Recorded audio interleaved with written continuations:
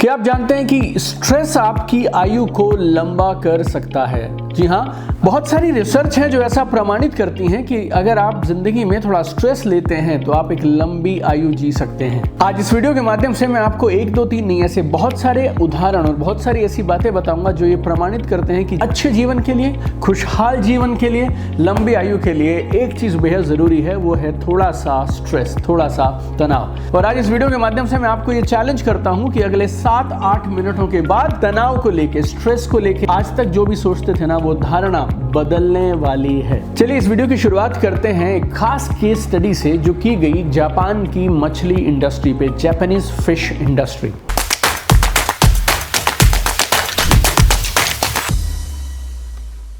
Japanese people, Japan के जो लोग हैं ना, उन्हें मछली खाना बेहद पसंद है, सी फूड बेहद पसंद है।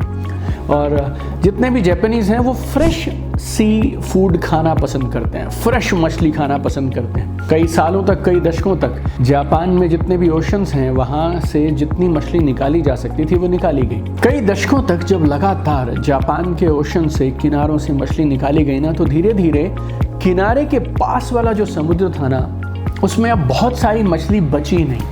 लेकिन अब जापानीज को तो फिश चाहिए, तो अब जो जापान में मछली पकड़ने वाले शिप्स थे उन्हें थोड़ा दूर पानी तक जाना पड़ता था। पहले सिर्फ 15-20 मिनट चलते थे और मछली मिल जाया करती थी। अब बड़े बड़े जहाज मछली पकड़ने के लिए, सी फूड पकड़ने के लिए समुद्र के अंदर डीप वाटर्स में जाया करते थे। और जब जहाज मछली पकड़ने के लिए समुद्र में दूर तक जाएगा तो मछली पकड़ने के इस आने जाने के दौरान जो समय लगेगा उसमें क्या होता था, वो मछली जो थी वो स्टेल हो जाती थी, बासी हो जाती थी। और जब वो बासी मछली पहुंचती थी जापानीज फिश मार्केट में तो उसकी सही कीमत नहीं मिलती थी, क्योंकि जापानीज लोगों को वो स्टेल फिश पसंद नहीं थी। तो जो भी फिशिंग कंपनीज थी उन्होंने इसका क्या इलाज निकाला, उन्होंने जो फिशिंग बोट्स थी, शिप्स थे, उन पे फ्रीजर्स लगा दिए। तो वो मछली को पकड़ते थे, तुरंत उसको फ्रीजर में डाल दिया करते थे। लेकिन डीप फ्रीजर्स में मछली वापस आ तो जाती थी और मछली रहती भी अच्छी थी, लेकिन जापानीज को जो वो टेस्ट चाहिए था ना फ्रेश मछली का, वो टेस्ट नहीं मिल रहा था। तो अब क्या करें? तो अब फिशिंग इंडस्ट्री वालों ने एक और सोल्यूशन निकाला कि हर जहाज पर बड़े बड़े फिश टैंक लगा दिए। तो जैसे ही समुद्र से वो मछली को पकड़ते थे उसको तुरंत एक फिश टैंक में डाल देते थे और उन टैंक्स में मछलियां एक दूसरे के साथ रगड़ खाती हुई धीरे धीरे रहती थी।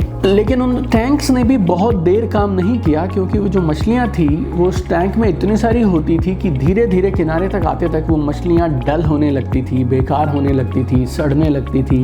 उनकी एनर्जी, उनका एक्टिविटी कम होने लगता था, जिससे वो मछली डल हो जाती थी और उसका टेस्ट भी जापानीज लोगों को पसंद नहीं आया। अब प्रॉब्लम इतनी सीवियर हो गई कि एक समय में जापानीज फिशिंग इंडस्ट्री बंद होने के कगार पे थी और वो लोग बहुत परेशान हो रहे थे, क्योंकि इतनी मेहनत से जो मछली पकड़ी जाती थी उसके बदले मछुआरों को, फिशिंग कंपनीज को वैल्यू नहीं मिलती थी, कीमत ही नहीं मिलती थी। और इस प्रॉब्लम को उन्होंने एक छोटे से सॉल्यूशन से सॉल्व किया और उस दिन से लेके आज तक उस एक सॉल्यूशन की वजह से जापान में लोगों को आज भी फ्रेश फिश मिलती है। सॉल्यूशन क्या है, गौर से सुनिएगा। अभी भी जो फिशिंग बोट्स थी वो डीप वाटर्स में जाती थी, गहरे पानी में दूर से जाकर मछलियां पकड़ती थी। अभी भी उन फिशिंग बोट्स पे फिश टैंक्स हुआ करते थे और उन टैंक्स में मछलियां डाली जाती थी। लेकिन एक छोटा सा बदलाव किया गया, अब हर टैंक में एक छोटी शार्क मछली डाली गई। अब सारी मछलियां उस शार्क मछली से अपनी जान बचाने के लिए जद्दोजहद में भागा दौड़ी करती रहती थी। और वो शार्क मछली शायद एक आध मछली को खा भी लेती थी, लेकिन उसके चक्कर में उस टैंक की पूरी मछलियां एक्टिव रहती थी,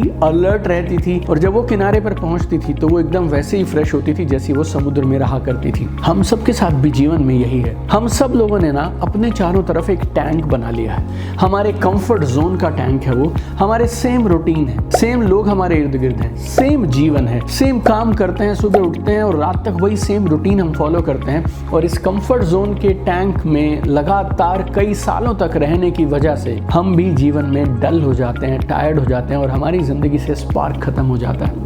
ये जो कंफर्ट जोन है ना मेरे दोस्त, ये दूर से दिखने में अच्छा बहुत लगता है, लेकिन ये आपकी तरक्की के लिए, आपकी खुशहाल अच्छी जिंदगी के लिए सही नहीं है।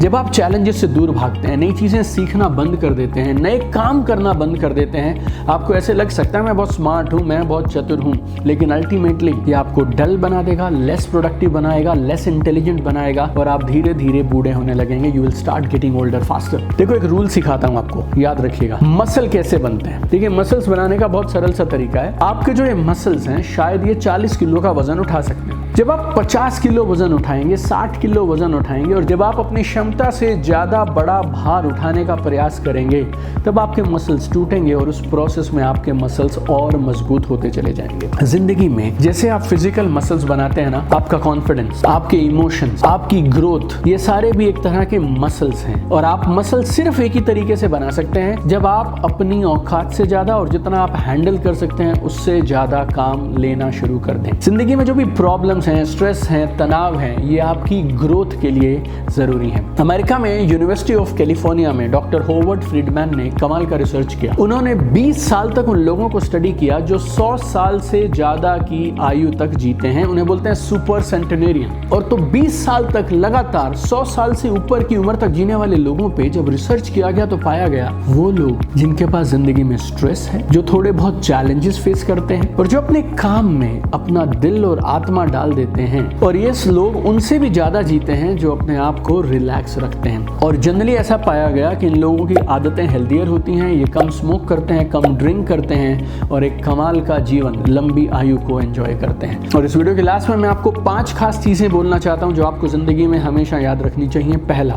प्रॉब्लम्स है ना, जो समस्याएं, मुसीबतें, ये ग्रोथ के अवसर हैं। Problems are growth opportunities. अगर प्रॉब्लम्स नहीं होंगी तो आप जिंदगी में कभी ग्रो नहीं करेंगे। दूसरा, जिंदगी में आप में कैपेबिलिटी कितनी है, आपकी क्षमता कितनी है और आप क्या कर सकते हैं, ये पता लगाने का सिर्फ एक मात्र तरीका ये है कि आप जितना आज तक काम करते आए हैं उससे ज्यादा काम करने का प्रयास करिए, उससे ज्यादा बड़ी प्रॉब्लम सॉल्व करने का प्रयास करिए। तो पहला, प्रॉब्लम्स ग्रोथ अपॉर्चुनिटीज हैं, प्रॉब्लम्स नहीं होंगी तो ग्रो नहीं करोगे। दूसरा, अगर आपको ये पता लगाना है कि आपकी क्षमता कितनी बड़ी है तो फिर अपने आप को बड़े बड़े नए नए चैलेंजेस दीजिए। तीसरा, जब मुसीबतें आए ना तो ये मत बोलना व्हाई मी, ये बोलना ट्राई मी। ये मत बोलना मेरे साथ ही क्यों होता है, ऊपर वाले को ये बोलना मुसीबत जितनी भी चाहे उतनी बड़ी दे दे लेकिन झेलने की ताकत भी साथ में दे देना। चौथा, जिंदगी में हर सपना पूरा हो सकता है मेरे दोस्त, सिर्फ एक ही शर्त है, आपको ये प्रूव करना पड़ेगा कि आप उसके लायक हैं। और पांचवा, हम ना भगवान को बहुत बार ये प्रार्थना करते रहते हैं कि भगवान मुझे ज्यादा पैसे कमाने हैं, बड़ा घर चाहिए, बड़ी गाड़ी चाहिए, लेकिन जो भी कुछ आपको चाहिए ना उसको पाने के लिए आपको अपनी क्षमता को, अपनी कैपेबिलिटी को एक्सपैंड करना पड़ेगा। और अपनी क्षमता को बढ़ाने का सिर्फ एक तरीका है, प्रॉब्लम सॉल्व करना। सो प्रॉब्लम जब आती हैं तो आप अपनी क्षमता को और ज़्यादा बढ़ा सकते हैं, एक्सपैंड कर सकते हैं। तो प्रॉब्लम से दोस्ती कर लीजिए, तनाव से दोस्ती कर लीजिए। तनाव को भगाने की कोशिश मत करिए, उसको मैनेज करिए और अपने मीनिंगफुल गोल्स के साथ लगातार काम करते चले जाइए। अगर आपको इस वीडियो में कई बातों में से कोई एक भी अच्छी लगी, नीचे मुझे कॉमेंट्स में ज़रूर ये बताइएगा आप इस वीडियो से आपने कौन सी एक खास चीज़ सीखी। And don't forget to share this video with maximum people. I have one dream, I want to see at the top.